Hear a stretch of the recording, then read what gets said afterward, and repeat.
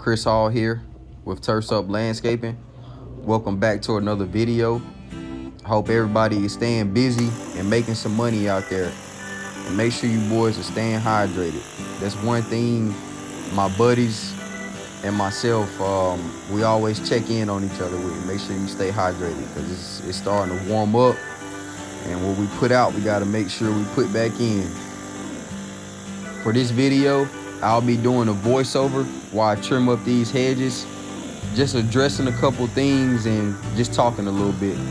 So guys, I actually acquired this client here last season for mowing, and she asked me to trim the bushes, so that's what we're doing here now. For the most part, when I trim bushes this size, I typically charge anywhere from $7 to $10. As you see, the bush right here on the right, the one I'm currently working on, you see that's a bit overgrown, so I'll charge a little bit more for that. And also the bushes that's off to your left, right in front of the porch, I did trim those up too, guys, but I did not get the video because you know my truck is down right now, and the fact that I have that U-Haul, I'm pushing for time, so I have to make the best out of my time.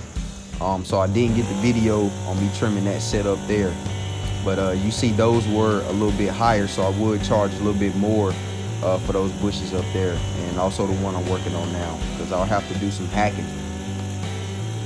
7 to 10. Anytime I trim bushes or hedges, I always try to find that sweet spot on what shapes the bush best, because I really don't want to cut into it too much, but I want to make sure I get off all of that new growth. Just find that real legit shape of the bush and just try to bring that out, because you'll see later on in the video that a lot of these bushes are conjoined together just because there's so much overgrowth where they have started to form together. And for me, I don't like that, man. I like to keep all of the bushes separated. I don't know why, that's just how I like to do it. Bushes like this, I prefer it to be separated and have them all run together.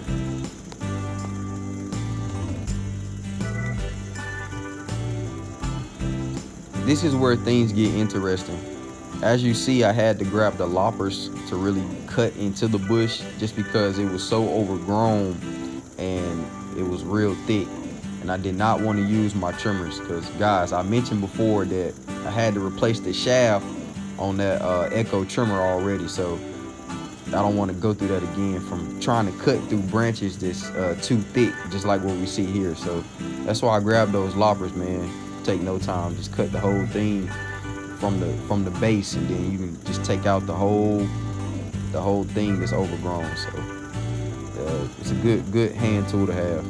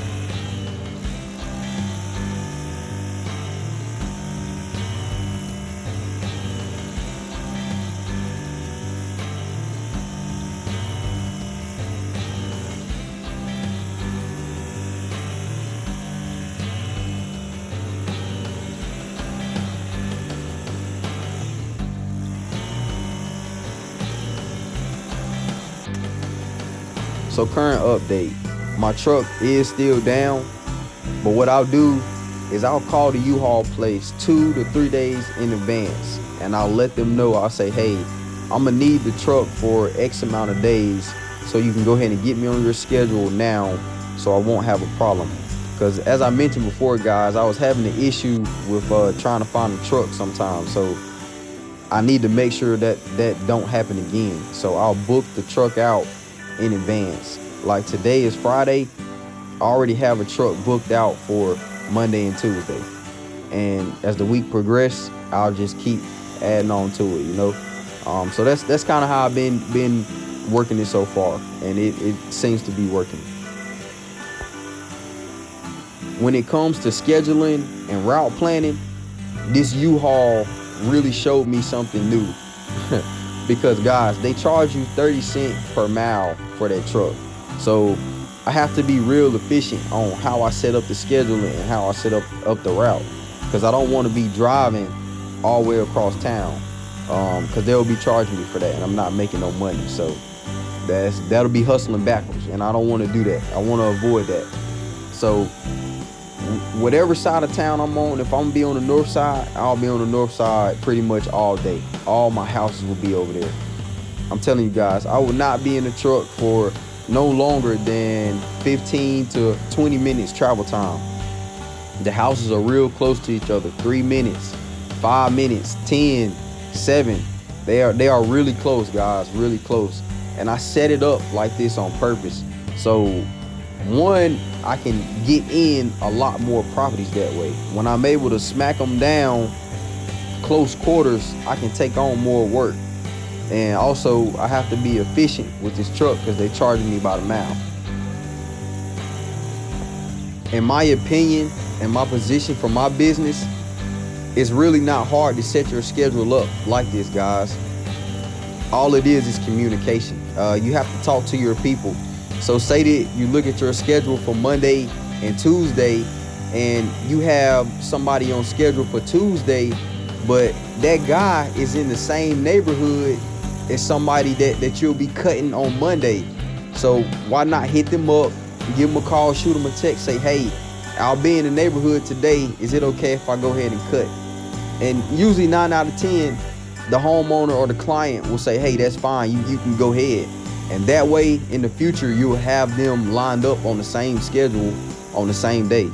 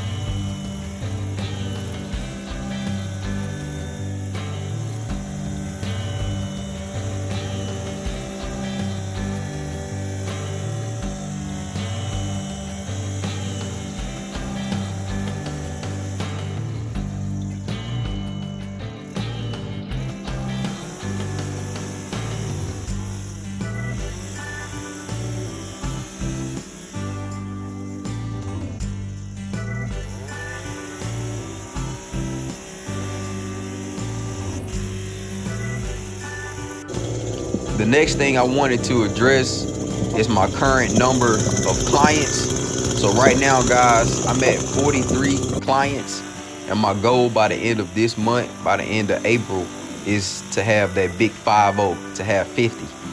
That's my plan, man.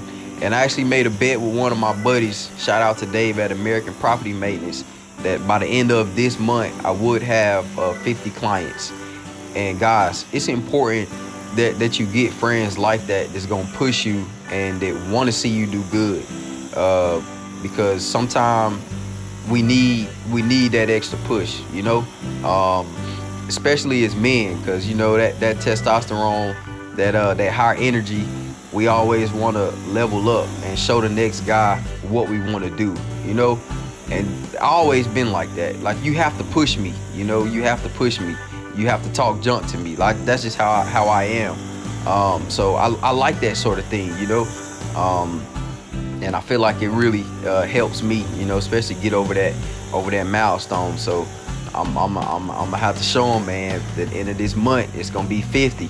And check this out, guys. Last summer, him and I, we had a bet going on. The first person who gets up in the morning and to get active, get out there on the job site and show the other person that they're out there on the job site, the loser had to pay up $10. So that's motivation. Get your out the bed and go get some money. You know what I'm saying? Like, having friends like that, I love it, man. It's awesome. So the fact that I have 43 standing clients right now, it's exciting, but it's also stressful at the same time. Reason being, because just say that if we get 1 or 2 days of rain in the week, now I'm super backed up. I'm slammed with all this work that has to get done.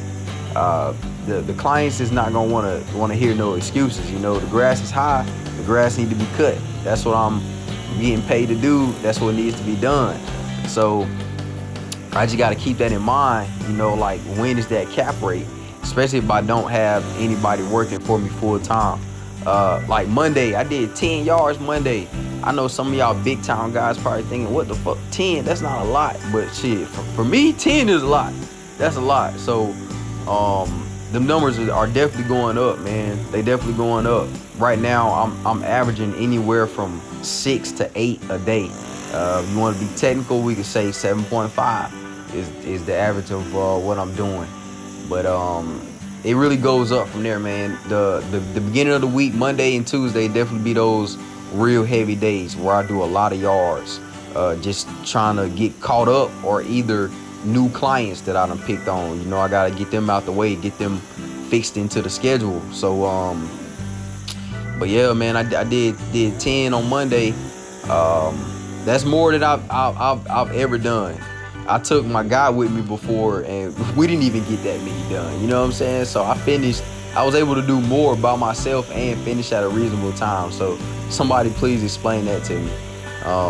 But I'm really at the point right now, guys, where I want to bring somebody efficient. I want to bring somebody efficient on full time, just so I can really take on more work. Because with one person, you're going to have a cap rate. It's only so much that you can really get in, you know, and then you start losing money. So I really want to bring somebody on, but it's tough, man. It's tough. I've been talking to a couple of guys, and they've been folding like sandpaper. So I'm gonna see, man. But I'm gonna definitely find somebody, guys. So definitely stay tuned for that, because I feel like I'm at the point right now in the business where I bring somebody on, I can grow this thing a lot faster.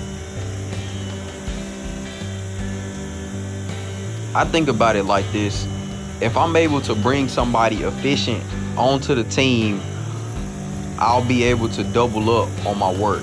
So I could get 2 days worth of work into 1 day. And if I'm able to do that, guys, I can take on a lot more properties, or I can take on a lot more boats jobs. You know what I'm saying? A lot more landscaping jobs. So I feel like it's vital right now, man. I bring somebody on, I can grow this thing a lot faster. Man. But it's kind of a crutch, you know, with my truck being down. But I'm gonna work around that. So y'all definitely stay tuned, man, because school about to get out soon. and this work is about to get crazy, man, and it's not even hot yet. And you know, as those months progress, when it's hot out there, you gonna naturally move slower. You can drink all the water you want to, but when it's hot like that, sometimes that heat or that humidity will slow you down. So having a helping hand is not bad. And I know how many people I have, and I know how my phone be ringing. So having a extra person full time would definitely be legit. So stay tuned for that.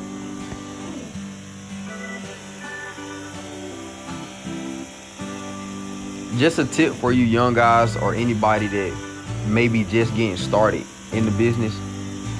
Pay attention to the number of clients that you lose in the season. I know that might sound crazy, like you only focus on the ones that you currently have or the clients that call you back, but focus on the ones that did not call you back or the ones that you don't regain that next season. Figure out how many you actually lost versus how many you gained. I know that might sound a little crazy, but that's one thing that you should definitely pay attention to. And you need to know why you lost those clients. Either you lost them because you raised the prices and they didn't want to pay a premium price, or they found another provider, or they weren't satisfied with your service. But that's a very important number to know. Know how many you lost and not necessarily how many you gained too.